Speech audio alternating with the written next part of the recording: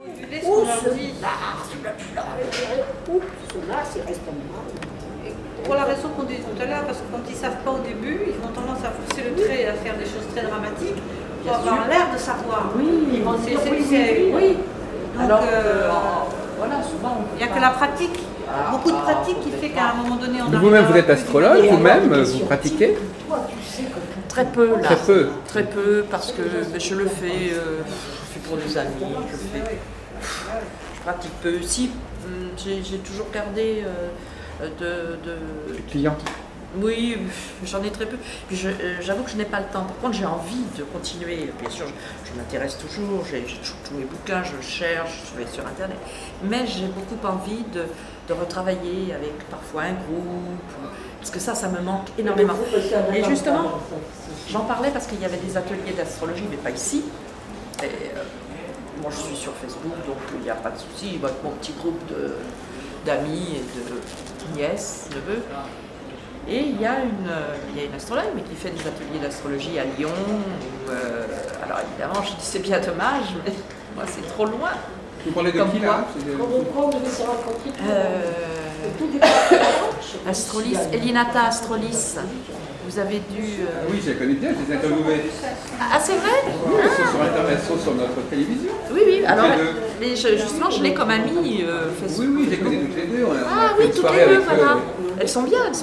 Oui. Elles sont, alors, elles passent souvent un thème à étudier, tout ça. Alors moi, j'ai le temps. Oui, c'est très intéressant. Elles sont bien, vraiment.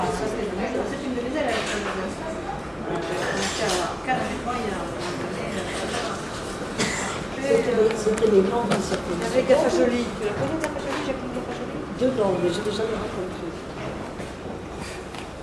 Il y a eu celle qui travaillait sur la méthode de Jonas, qui était biologiste, qui a Ah oui, travaillé à Pégase. Jacqueline Bousquet. Non. Qui était biologiste? Oui, et qui faisait beaucoup d'astrologie médicale. Et qui a perdu son mari, et donc on n'a pas pu parler de lui.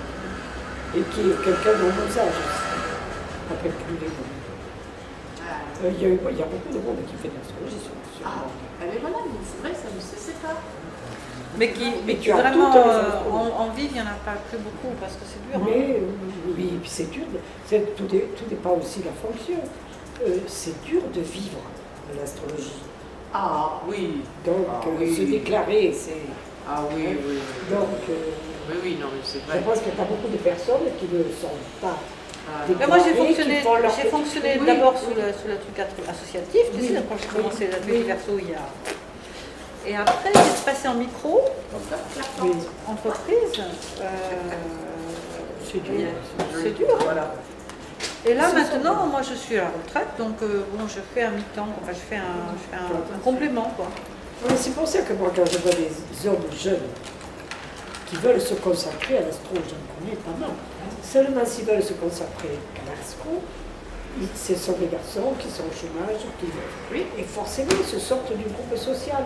Et quand ils disent je veux tout faire que de l'astrologie, moi, mère de famille, je leur dis attention, il vaut mieux que tu attendes et il faut manger tous les jours d'abord. Et si tu attends que l'astrologie te fasse manger, il y a sûrement quelques exceptions, mais pas beaucoup quand même. C'est-à-dire qu'il faut faire beaucoup de relationnel. Pour ceux qui font ça, on peut en vivre complètement, faire beaucoup de relationnel, des conférences. Et même de là en vivre. Alors qu'est-ce que vous pensez du bouche à oreille? Alors c'est ça la clé du système? Moi, c'est comme ça que j'ai fait ma clientèle. Que par le bouche à oreille. J'ai jamais eu de site, j'ai fait que ça. La radio, quand j'ai fait de la radio, les années où j'ai fait de la radio, j'étais déjà très connue, donc la radio m'a apporté un nouveau client, un nouveau genre de client, mais pas tellement. Si, au niveau des cours. Comme vous disiez, alors les cours justement, donc les gens qui viennent suivre des cours, ils veulent pas vraiment devenir astrologues. Il y a une espèce de cours de passe-passe. Ils veulent faire de l'astrologie de façon intensive, mais finalement ils veulent pas devenir astrologues. C'est pas un métier qui les excite. Une majorité, c'est ça. Il y en a quelques-uns. La majorité, c'est une curiosité, c'est un moyen de mieux se connaître. C'est pas un métier. Il faudrait créer des écoles qui soient vraiment professionnelles, des écoles qui soient... Moi j'ai toujours pensé qu'il fallait distinguer les formations pour des gens qui veulent vraiment devenir astrologues et les formations de gens qui veulent surtout faire beaucoup Mais d'astrologie. tu ne peux pas vivre à ce moment-là. Alors, moi, je vais te dire, j'ai un cursus. Si tu veux faire vraiment astrologue, on part du débutant, je dis même à faire les consultations. Mais c'est pas parce que tu peux faire ça que les 3 quarts, on ne vivrait pas. Si on avait les 4 élèves qui veulent en faire Ben oui. quelque chose, il faudrait faire payer très cher. Et ben voilà. Hein. Et donc, On est bien content d'avoir ce des n'est- amateurs. Ce n'est pas viable. Ce n'est Mais oui. pas viable. À part des écoles comme il y avait Agapé, qui a bien baissé maintenant, mais Agapé, comme faisait Berton, et des écoles Les apps. comme ça, qui étaient très chères. Voilà. Mais il y en a plus beaucoup. C'est pas viable dans notre province ici. Ce n'est pas viable. En fin de compte, en vous écoutant, c'est bien qu'il y ait des gens qui se trompent d'adresse en fait. Donc, qui ne savent pas très bien ce qu'ils veulent et qui finalement, heureusement, parce que si les gens réfléchissaient uniquement en connaissance de cause, il n'y aurait pas assez de monde. Mais il n'y aurait pas. Moi, je dis que pour beaucoup, qu'elles aillent à la couture, qu'elles aillent à l'astro, le langage leur Alors, plaît, elles sont contentes de venir. La formule que j'avais créée, où finalement ils font un travail technique, ils apprennent l'astrologie et en même temps ils font un travail sur eux, tu vois, je peux dire aussi, finalement, où on faisait venir les gens qui venaient au cours pour assister, etc. Parce qu'on mettait les personnes en situation de faire une consultation à quelqu'un. Voilà, bon. Ça permettait quand même de faire. Ça avait un sens qui n'était pas seulement que la curiosité de l'astrologie, ça avait aussi un sens de développement de soi. Donc ça faisait que les cours étaient justifiés aussi au niveau des prix des cours. Bon, moi, j'avais pas de prix Ah oui, associatifs. on Moi, j'avais apprenait, des prix mais un peu à la chers, fois, on quand y a fait un même. travail. Voilà.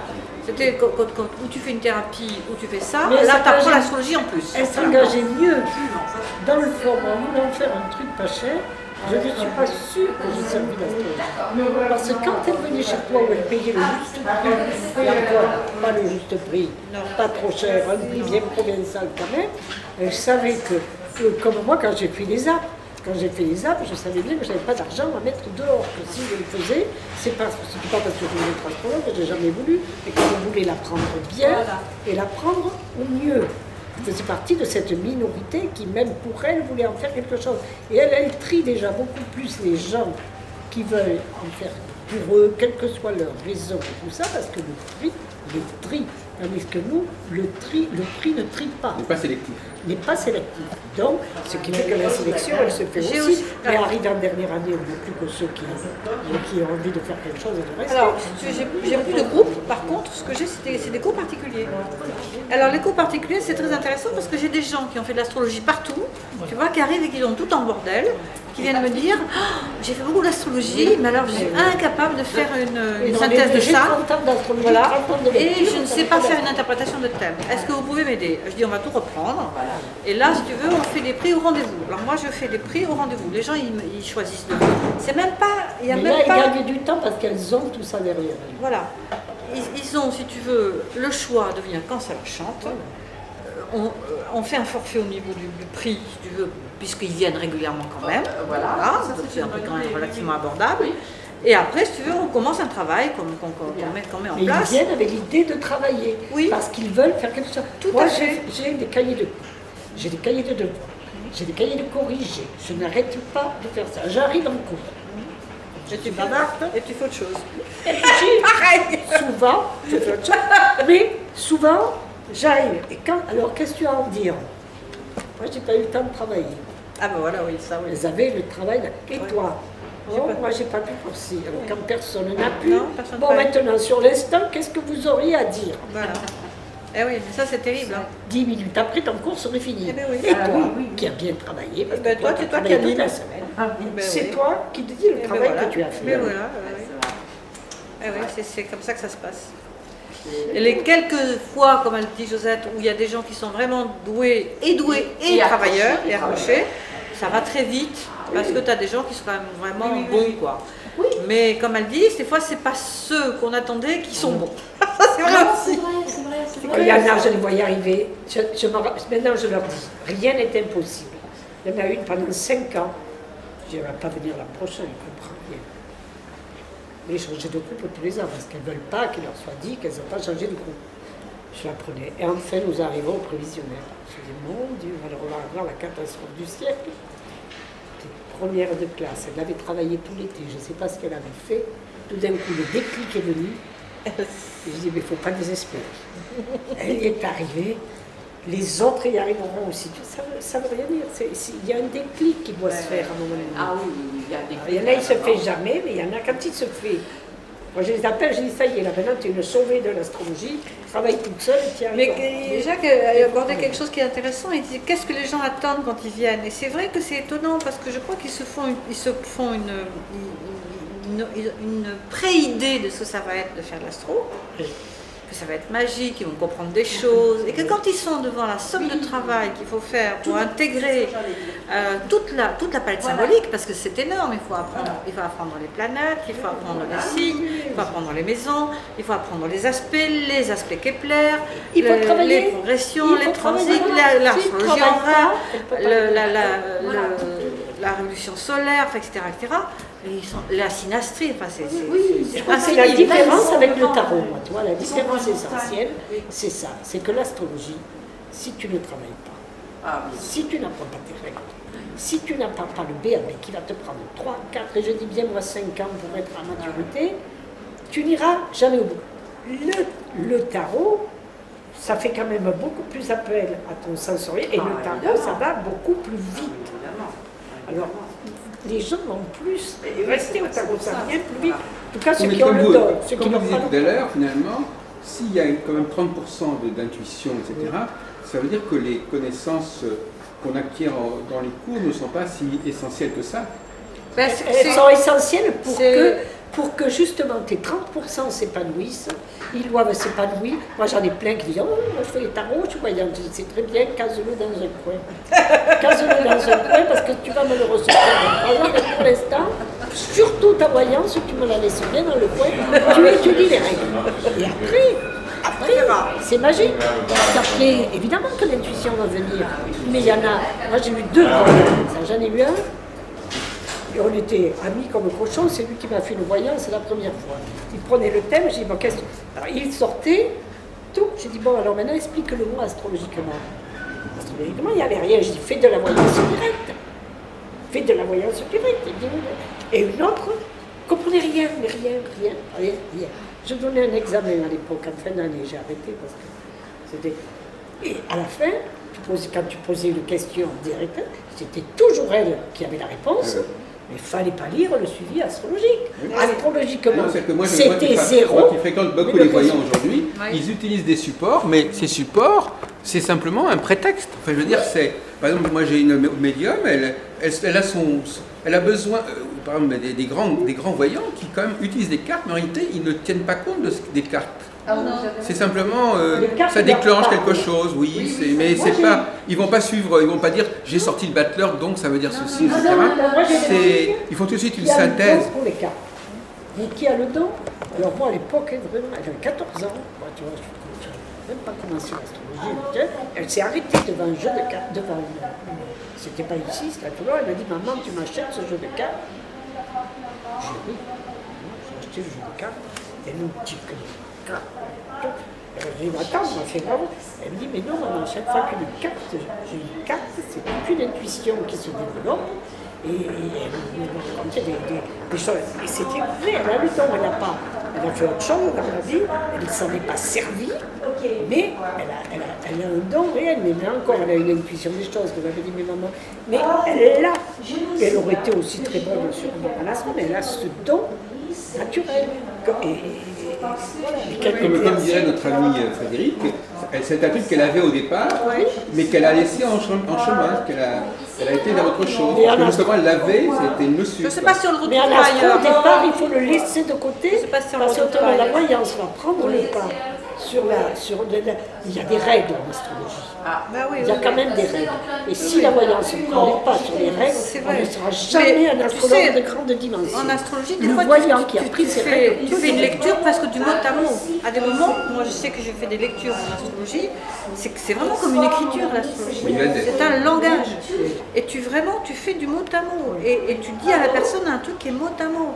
Et la personne, elle te regarde. Alors, qu'est-ce qui m'est arrivé hier là-dessus? Ah oui, la nana, elle a une sud en Capricorne, en Balance, en 4.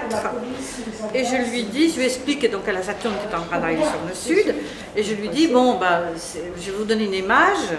Donc il y a une histoire de changer, il y a une histoire de ranger à la maison, la 4, et le 9 sud qui contient l'inconscient, ce qu'on appelle les samskaras chez les Tibétains, va faire un nettoyage des choses du passé, etc. etc. Je vais vous donner une image, je lui dis, c'est comme si, bon, on peut imaginer que la 4 c'est la cave, puisqu'on est comme une maison, nous la 4 c'est la cave, donc vous allez ranger votre cave. Elle me regarde, elle me dit, oui, et du reste, j'habite dans un appartement, c'est une cave. Tu vois? Tu vois? Donc tu es là, tu te marres, parce que c'est pas possible, quoi, tu vois? Et elle me dit, je suis en train effectivement de ranger ma cave, parce que je suis en train de trier mes affaires chez moi. Donc tu vois, tu es dans du mot à mot, là. Mais le symbole, on ne sait pas où il va se mettre. Moi, je me rappelle aussi, je parle il y a 20 ans, un monsieur un copain, c'est toujours, moi je dis, je ne faisais pas de consul. Voilà. Et puis je vois dans ce thème un joli complexe d'Icare. J'étais en train de travailler sur Mermoz, alors presque que tu as trouvé à tout le monde. Presque tout le monde avait Icare. Et je lui parle, je dis, mais qu'est-ce que vous faites? Je travaille à l'AIA. Je dis, bon, travailler à l'AIA pour un complexe Icare, ce n'est quand même pas suffisant. Après, moi ce que j'aime faire, je suis un artiste, je me dis, je me liquéfiais sur place, j'ai mon complexe d'Icare. Et puis tout d'un coup, il me dit, mais vous savez quel est mon nom d'artiste? Et j'ai dit non, je m'appelle Icaro. Vous ne l'avez pas vécu en vrai, mais vous l'avez vécu symboliquement. Et la difficulté, c'est entre la symbolique et voilà, comment c'est ce truc-là, nous arrive. Il y a des moments, c'est incroyable. Ah oui, oui, oui.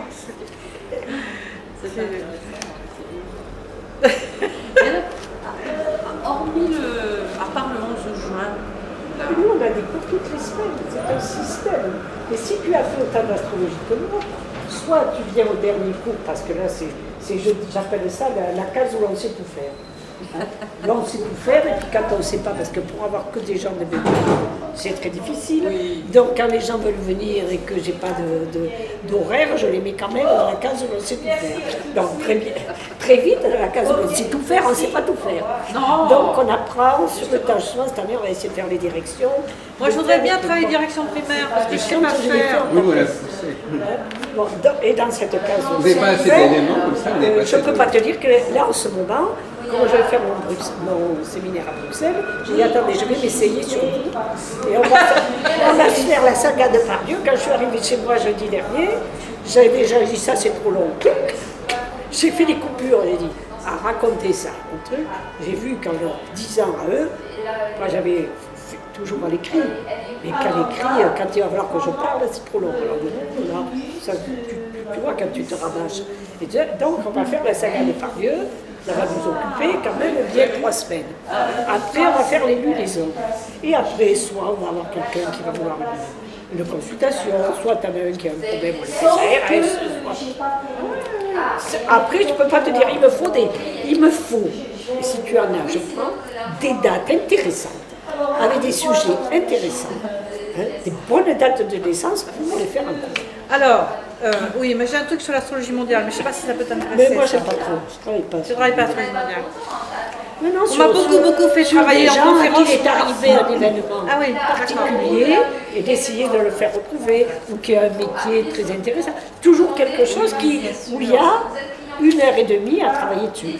Enfin, cela dit, vous pouvez nous dire quelques mots sur votre travail sur l'astrologie mondiale, parce que vous avez l'air d'être assez calé. Moi, ça me passionne beaucoup, travailler sur les aires précessionnelles, un truc qui me plaît énormément, ça.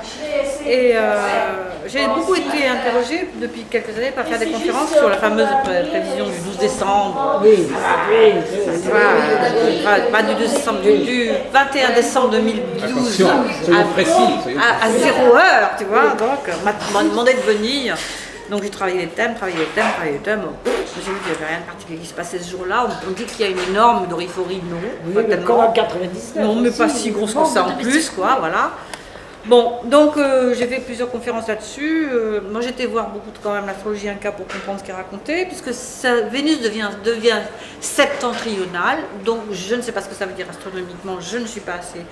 je dirais pointue en astronomie pour comprendre. Donc là-dessus, je suis restée relativement sur ma faim et puis prudente parce que je ne veux pas m'avancer sur des terrains que je ne comprends pas. Je ne parle que des choses que je comprends et que je conçois. Voilà. Par Par contre, il m'est venu quelque chose qui, à mon avis, a énormément de sens, qui m'est venu depuis un soir en dormant, comme tu me racontais Mars. Je me suis dit un jour, mais mon Dieu, il y a un truc qui va se passer qui est énorme. C'est que le point vernal qui recule, puisque le point vernal il recule, puisque la précision des canaux veut dire que le point vernal, et là il est à 4-5 degrés du poisson, puisqu'il est en train d'aller vers le Verseau. Qu'on prenne la Nyamsa ou qu'on prenne le point vernal, on est à peu près au même degré. Voilà. Et on a Neptune qui passe en Poisson. Et donc on va avoir un alignement entre le point vernal et Neptune, la planète du Poisson. Et ça, c'est pas le 21 décembre 2012, mais c'est pas loin après, et ça dure un certain temps. Et ça, je crois que ça, c'est quelque chose de très, très notoire. Donc peut-être que nous entrons dans ce que nous supposons la fameuse ère.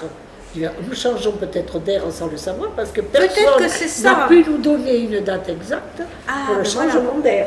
Mais écoute, en tout cas, ce que ça signifie pour moi, c'est que quand on voit que Neptune rentre en Poisson, et qu'on sait que Neptune dissout le cycle, puisque c'est la dernière planète, elle vient finir le cycle. Elle dissout le cycle. C'est son rôle. Hein. Bon. Elle rentre en Poisson, elle arrive avec le point vernal, tu vois. Donc, elle est chez elle, en Poisson. C'est énorme, hein, tu vois. On sait qu'on a le réchauffement climatique. On sait que l'eau est en train de monter. On sait que les pays sont en train de changer de forme, puisque finalement, on va avoir une topographie, et puis ça va créer des mouvements énormes. Bon. Cette époque, il faut bien calculer les dates parce qu'elles sont vraiment précisables, celles-là. Je crois que là, on peut essayer de travailler la symbolique. Alors, il faut travailler avec le degré Sabian, il faut aller plus loin là, tu vois. Ça serait... Il y a un petit défaut dans votre raisonnement. C'est quoi? C'est que Neptune entre en Poisson dans le signe des Poissons, et le point vernal, il entre en Poisson dans la constellation des Poissons. Non. Ce que je parle, la Nyamsa, c'est dans le signe des Poissons. Je ne parle pas de la constellation, je parle du signe. Ah, non, non, non. Tu peux regarder dans les éphémérides, je ne sais pas, mes éphémérides. Il entre, oui, non. On ne parle pas des constellations, là. On parle, c'est justement ça. Oui, quand on parle, si tu veux, du fait le problème, c'est que, comme vous disiez vous-même, justement, il entre par la queue. Il est comme les nœuds lunaires. Il marche à la fin des Poissons. Le point vernal, il marche comme les nœuds lunaires. Des Poissons vers le début des Poissons. Oui, c'est ça. C'est ça. Il marche comme les nœuds lunaires, il marche à l'envers. Oui. Et c'est lui qui fait la grande année précessionnelle de 25 920 ans, qui donc marche comme ça à l'envers. Et il bouge d'un degré tous les 72 ans. Et là, il est en train de finir son passage dans le Poisson, mais je te parle du signe. Je ne te parle pas de la constellation, je t'assure. Moi, je pense qu'on change d'air et qu'on est de toute façon en train de changer beaucoup de choses. Avec les crises et ça, je suis persuadée que ça, c'est repérable et qu'il faut travailler là-dessus. Je suis sûre que c'est intéressant. Je suis sûre qu'il faut les fouiller. Il faut travailler le degré Sabian, il faut reprendre. Je pense qu'il faut travailler peut-être avec des médiums et des voyants là-dessus, avec les dates. Parce que c'est vraiment ce qu'avait fait Rudyard, il avait bien raison quand il avait fait le degré Sabian. Le degré Sabian, c'est fait par des voyants. Oui, mais voilà, c'est pour ça que j'en reparle. Et je pense que là, il y a quelque chose à faire. Je pense qu'il y a un truc intéressant à toper là. C'est pas du tout anodin, j'en suis sûre. Ça, c'est ce truc qui te viennent la nuit, que tu sais qu'à un moment donné, paf. En tout cas, vous étiez là au mois de mars au colloque. Non, vous êtes venu à Paris au mois de mars. Oui, mais je suis restée qu'une journée. Alors, quand même, on a beaucoup. Vous savez, c'était consacré à la crise, quand même. On nous a quand même dit des choses assez hallucinantes sur l'été 2010. Ah non, mais moi, c'est pour ça que je suis restée brassise. On nous a dit qu'il allait y avoir des choses très très dures pendant l'été 2010, c'était au mois de mars. Et bien, tous ces astros qui s'étaient rencontrés pendant 2 jours, rue Saint-Martin, ils étaient d'accord pour parier sur le fait que l'été 2010 serait mémorable dans l'histoire de l'humanité. Tu te souviens de 1999 quand même, où c'était pire que tout. Ah oui, non, mais là je parle de... C'était une fin du monde à danser. Mais ça nous a bousillé. L'été 2010 ne devait pas être terrible, mais c'était encore... Les gens se souvenaient un peu que 99, on en avait... Donc ils n'ont pas été si péremptoires. Ah, écoutez... C'était mal. Mais moi, c'est ça qui me tue. Je comprends d'ailleurs pourquoi ils n'aiment pas être filmés, parce qu'effectivement, quand on voit la vidéo après coup, on s'inquiète. Ouais. Hein. Non, mais en réalité, moi... Je crois qu'ils n'ont pas... Je crois qu'ils ont filmé, ils filment leur peuple, mais à mon avis, ils ne vont jamais le mettre en ligne. Je penchais sur quelque chose comme ça, tu vois. Franchement, quand j'ai vu la conjonction Jupiter-Uranus qui se fait au début Bélier, avec le carré Pluton, l'opposé à Saturne de l'autre côté, je me suis dit, c'est des signes cardinaux. Ce qu'on peut comprendre quand même, et qui est assez intéressant, c'est que quand on parle de signes cardinaux, on parle plus d'idéologie que d'événements. Hein. C'est le signe fixe qui vont nous parler d'événements. Mais bon, c'est 4 signes cardinaux, hein, enfin les 3, puisque c'est le bélier, plein est. Ça a impressionné les gens. Hein. Voilà. Donc, qu'il y ait une mutation idéologique qui ait pu se faire à cette période, mais c'est rien passé, c'est réel. Et moi, j'aurais parié pareil. Moi, j'avais cette idée qu'il allait se passer. Je touche du bois parce que tu parles d'un truc. Il se trouve que dans ma rébostanie, moi, je suis ascendant. J'espère que je suis né un peu plus tôt, un peu plus tard, j'en sais rien. 30 poissons. Uranus, 30 sur le poisson. Jupiter, le 9 septembre, 30 sur le poisson. Opposé à Saturne sur mon descendant, puisqu'il est à 6 degrés, conjoint à la Lune, au double carré de Pluton au milieu du ciel. Ouais. Et ça fait un moment que je me dis, je ne l'avais pas montée, j'ai dû la monter le 7 ou le 8. J'aurais mieux fait de ne pas la monter parce que j'ai quand même vu pendant 2 jours. Et depuis, j'observe. J'observe que pour l'instant, c'est pour ça que je dis je touche du bois, j'ai l'impression de vivre surtout Jupiter en moi. Il s'est passé plein de choses, comme aujourd'hui, où j'ai grand plaisir à être là, tu vois, plein de petits trucs comme ça. Bon, ça dure, puisque ça va jusqu'à 6 poissons. Tu vois, je fais un voyage à la fin de la semaine, je n'aurais pas choisi, si Dieu. Je vous dirai après, parce que ça va se dégager là. C'est quand même dur. Heureusement que mon thème d'accord, celui-là, je peux. Mais c'est quand même un T carré angulaire. Et s'il se passe rien de vraiment pénible, on posera des questions. On posera des questions. Parce qu'effectivement, pour revenir à cet événement de mars 2010, parce que pour moi, l'événement, c'est pas l'événement de l'été 2010, c'est ce qui s'est passé au mois de mars. Parce que ces astrologues qui se réunissent et qui sont tellement convaincus qu'on a là une configuration si exceptionnelle, si parlante, avec ce triangle Capricorne, Balance, Bélier, il se dit, c'est pas possible, c'est presque qui tout double. Ils ont dit, écoutez, là, s'il se passe rien d'important, moi je crois plus à l'astrologie. Je suis sûr qu'ils vont continuer à croire à l'astrologie. Mais quand même, ils étaient tous d'accord pour dire, voilà, on va mettre le paquet. C'est qu'il faut qu'il nous arrive pour quand même mettre oui, mais je ne sais pas s'ils en tireront les leçons. Mais on est obnubilé dans ces moments-là, parce que ce que vous racontez là, ce qui s'est passé en mars 2010, ça veut dire qu'à ce moment-là, on ne regarde qu'à quoi? On regarde Jupiter-Uranus conjoint début Bélier, qui fait carré à Pluton en Capricorne, et bon, on voit un peu que Saturne fait l'aller et venue en face, mais on ne voit pas trop vraiment que le thème travaille ailleurs, enfin je veux dire de ces gens dont on parle là. Donc, et à des moments, on a ce besoin, d'abord on a besoin de drame, les humains, c'est notre façon de fonctionner, il faut bien comprendre qu'on a besoin. Moi, depuis que je fais de l'astrologie depuis plus de 30 ans, j'ai entendu les doryphories, les comètes, de aller, il allait se passer des choses très graves, depuis toujours, dont 99 a été le maximum. Et il ne se passe rien. C'est-à-dire qu'il ne se passe rien. Écoute, je crois quand même qu'il faudrait être un petit peu modeste. Il n'y a qu'à regarder une chose, c'est les élections. Oui, c'est l'éclipse, oui. Il n'y a qu'à regarder les élections, aller sur la clé, où ils n'ont encore pas compris que 50% disent bleu, 50% disent rouge, c'est toujours du 50-50. Ceux qui ont bien dit la bonne chose cette fois-ci, la fois d'après se trompent, mais ils l'oublient. Oui. Et moi, je vais te citer une personne qui avait fait je ne la citerai pas la personne, mais il y a eu chez nous un astro-rencontre, c'était avant 95, l'année où Chirac, où Jospin a été battu. Et la personne est vient, il fait du mondial, très bonne conférence d'ailleurs, il n'y avait rien à dire, et puis évidemment... C'était pas dans des cafés, astro-rencontre? C'était ce qu'on appelait un astro-rencontre. C'était à Talence, non? Au début, on l'a fait dans des cafés, mais là, c'était... C'était pas avec M. Barrett?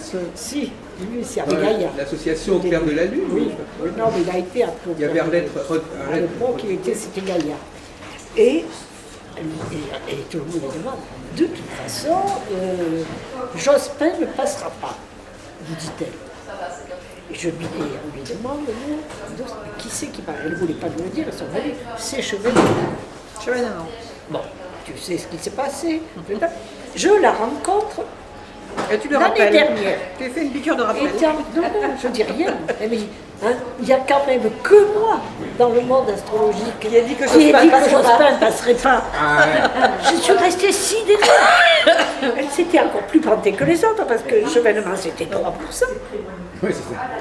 C'était 3%. C'était la plus grosse erreur de tout ce qui s'était passé, mais comme beaucoup, en tout cas, elle n'a retenu qu'elle a enlevé Chevènement. J'avais dit que Jospin ne passerait pas. Et si en astrologie, quand il y a les présidentielles, où tout le monde y va de son commentaire, moi je me rappelle pour Obama, d'une astrologue qui maintenant est en Amérique, que l'on connaît de nom, je ne sais plus quel est son nom, qui passait chez Ruquier. Et on lui demande, alors à votre avis, qui va penser? Elle dit, oh, je suis l'astrologue personnelle de Madame Clinton, je peux vous garantir que c'est elle qui va passer.